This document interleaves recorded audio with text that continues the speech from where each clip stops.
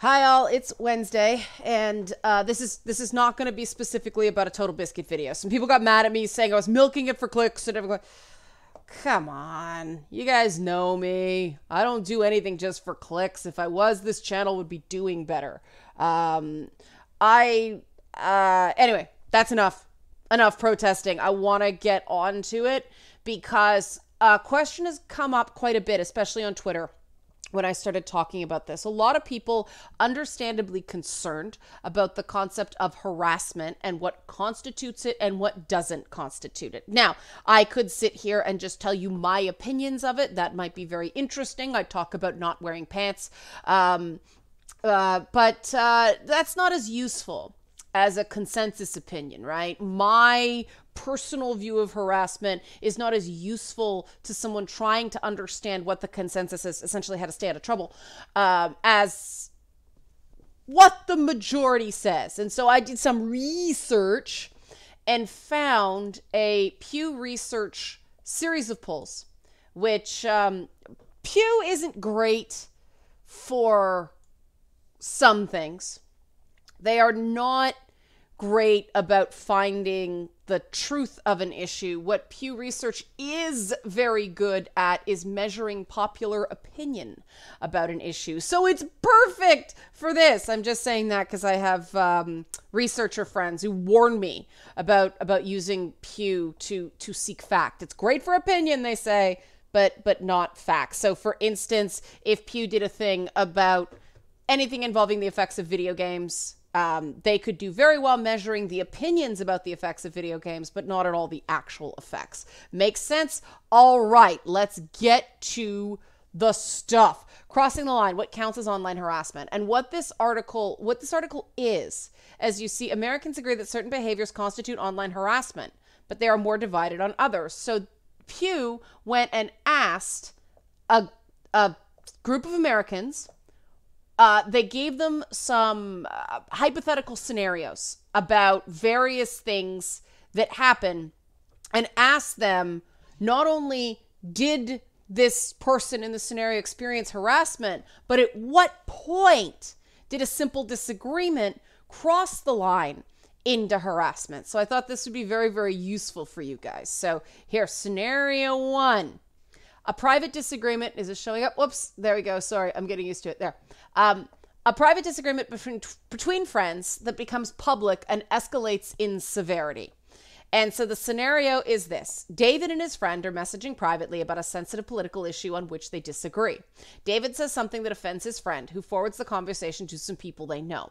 One of those people shares the conversation publicly on a social media account, and David receives unkind messages from strangers. The original conversation is then reposted on an account with thousands of followers, and David receives messages that are vulgar. Eventually, someone posts David's phone number and home address online, and David starts to receive threatening messages. All right, so based on that, the vast majority of Americans, can you see this? Yep.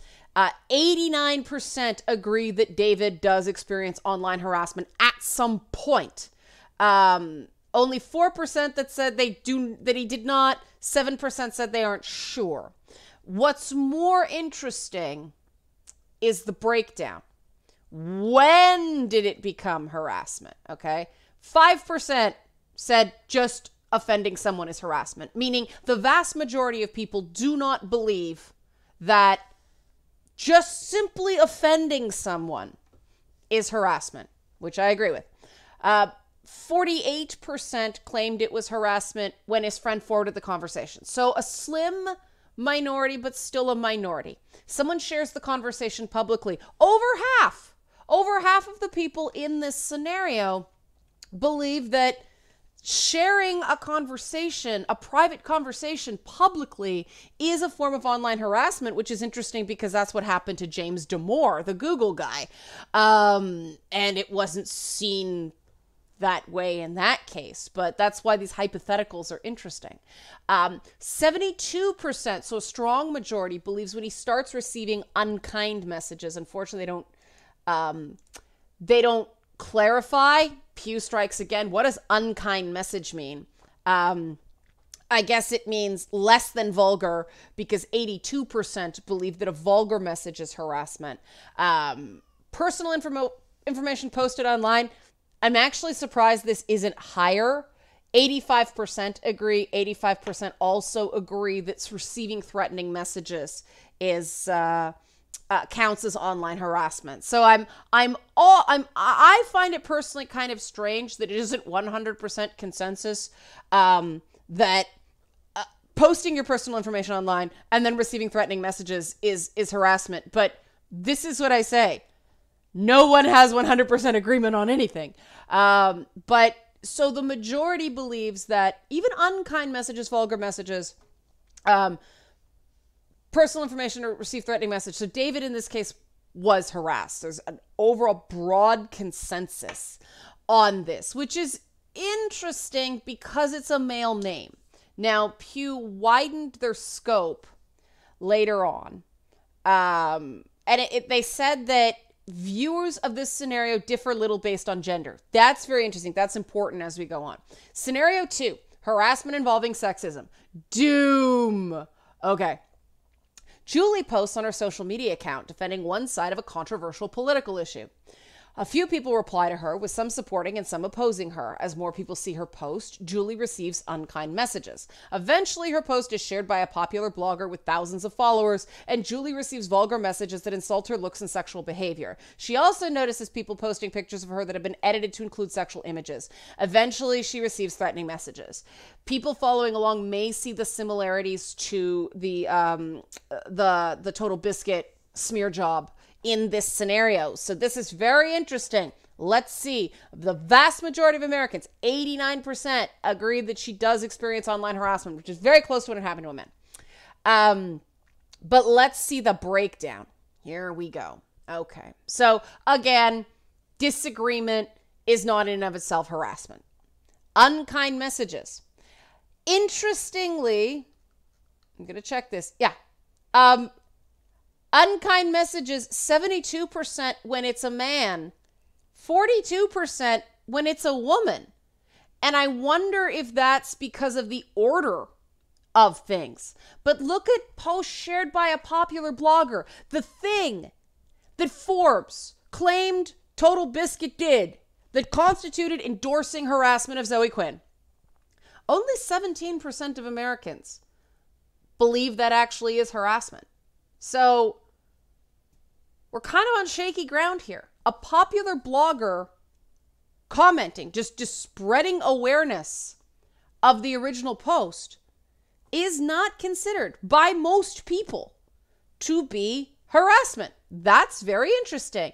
Vulgar messages, 85. We shoot up into the majority. I'm really surprised that the vulgar messages is seen as less harassing than Julie's pictures edited to include sexual images. Because here's the thing I find interesting about that. This means Twitter is out of step with the opinions of the majority of Americans. Because vulgar messages about your looks, Twitter doesn't give a crap about that. But the minute someone posts an edited photo of you, that thing comes down so fast your head spins. They lock the account because it's a violation of personal copyright. It's a violation of personal rights of publicity. So Twitter's arbitrary rules are out of the mainstream of American opinion, and that's very interesting. And the reason I brought up Twitter in this is this lighter blue bar underneath it is the percentage of U.S. adults who believe that a social media service should intervene. See, the social media platform should intervene. So the unkind messages is considered harassment by much more people than they think should intervene. The majority in the other three scenarios about Julie actually believe that that social media services should intervene in situations where they don't. So that's very interesting. What's also interesting is in this scenario with a female arbitrary like a female fictional target, women are much more likely to view certain behaviors in this scenario as harassing. Now let's break that down.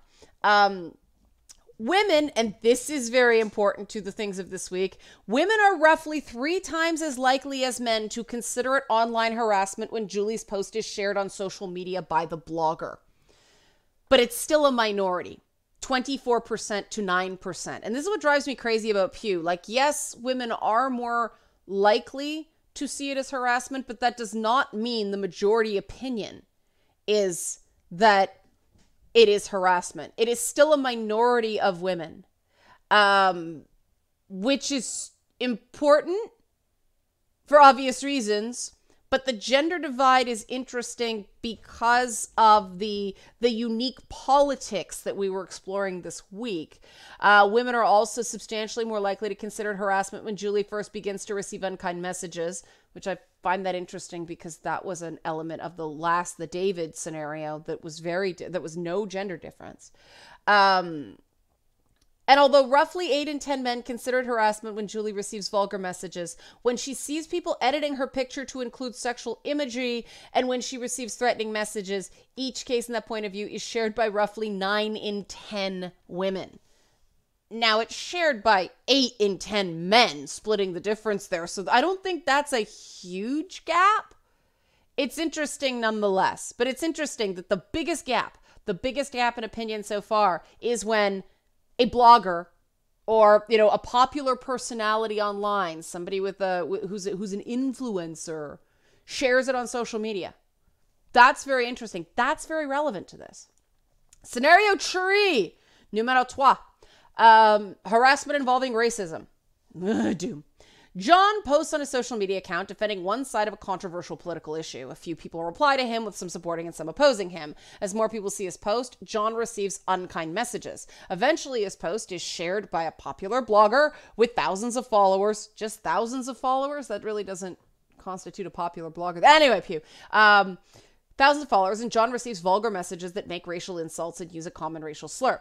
He also notices people posting pictures of him that have been edited to include racially insensitive images. Eventually, he receives threatening messages. So what did the survey say? Fully 85% of adults believe John experiences online harassment in this scenario, whereas 6% feel he does not face harassment and 10% are unsure.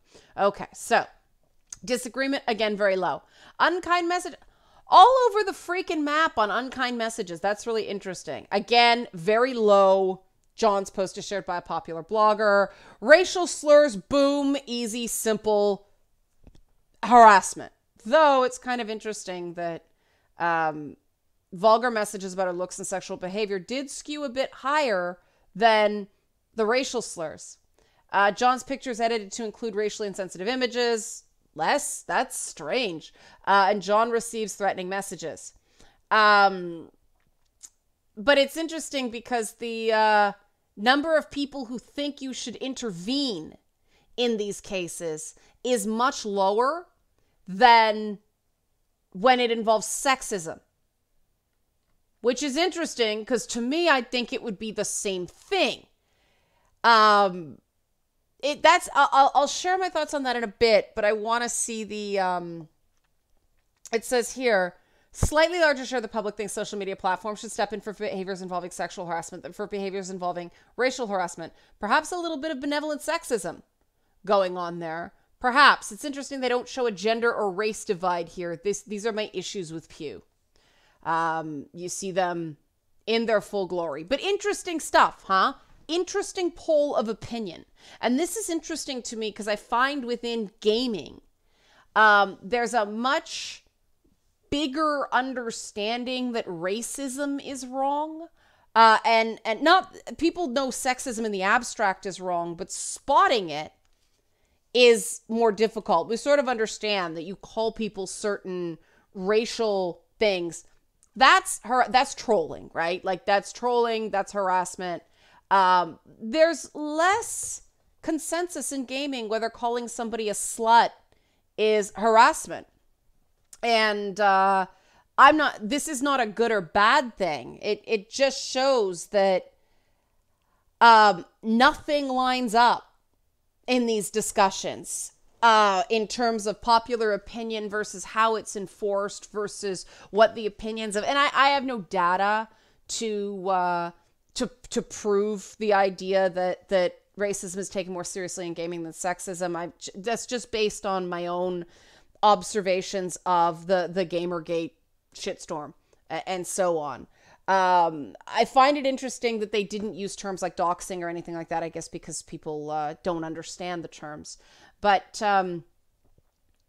according to U.S. popular opinion, and I said this wasn't going to be a video just about TotalBiscuit, but I am going to mention him. According to the popular opinion of the vast majority of Americans, the thing that Forbes claims TotalBiscuit did to harass Zoe Quinn, to condone harassment of Zoe Quinn, isn't considered harassment, because that's all he did. He shared that it was happening. He didn't even share the post particularly. He shared that the kerfuffle was happening. I think at this point we can put the issue to bed on whether or not John Bain committed harassment in that instance, because this is very much a what is mainstream thought, and mainstream thought indicates he didn't do anything wrong. Now this gets into this idea that, oh, he didn't condemn harassment. He did that plenty. But I don't want to focus on that. I want to focus on the idea that certain people are somehow responsible for calling out an act we all generally agree is bad. And I'm really surprised that the outrage warriors, that some people call social justice warriors, would take that tack. Because this has been a charge leveled against the Muslim community, that Muslim leaders and Muslims in general should be denouncing terrorism. And people within the Muslim community are like, well, why am I uniquely expected to call out, to denounce terrorism? Oh, because I'm Muslim. And so therefore I'm somehow intrinsically connected to terrorism. Full disclosure for people who have not seen my content before. A childhood friend of mine was killed in an airplane bombing, Air India flight 182, that was actually done by Sikh extremists, not Muslims. So I do not have that inherent connection in my head between Muslims and terrorism, because I also have relatives that remember the troubles in Ireland. So to insist that a gaming YouTuber, or any personality in gaming, must call out harassment or they're on the wrong side of history is the same sort of logic. By putting a unique burden on people because of a specific affiliation, you are actually linking them as somehow natural perpetrators of this bad thing. That's why they have to call it out to prove they're not one of them. And a lot of the social justice types agree that's not right to do to Muslim people, and then they turn around and do it to gamers. And this is when I start going, systems matter. Concepts matter. You can't picky choosy because you like one team or another team. This isn't the World Cup. You have to sort of go, certain things are wrong and certain things are not wrong. And if they're wrong, it's wrong when anyone does it. And if it's not wrong, it's not wrong when anyone does it. And I understand that there's certain things with systemic racism and all that stuff. And it's like systemic racism, like that. We know that's a thing. But there are certain things that complicate matters. But in general, people should not be referring to people as racial slurs. People should not be referred to people as gendered slurs. But then we get into the question of what is a gendered slur, right? Sometimes people don't see comments about promiscuity or things like that, or bitchiness connected to a gender identity. And they are. We don't have time to get into why, but they really are. When you call a dude a bitch and when you call a woman a bitch, it means something completely different. I joke that you call a guy a bitch when he's acting like a woman, and you call a woman a bitch when she's acting like a man. That's a joke, but that's basically it. It means different things. But I hope you find this interesting. I'm concerned about the benevolently sexist attitudes that indicate and the higher perception of sexism as a bad thing. But interesting, huh? The general point is, all this kerfuffle, there was data about popular opinion and what constitutes harassment.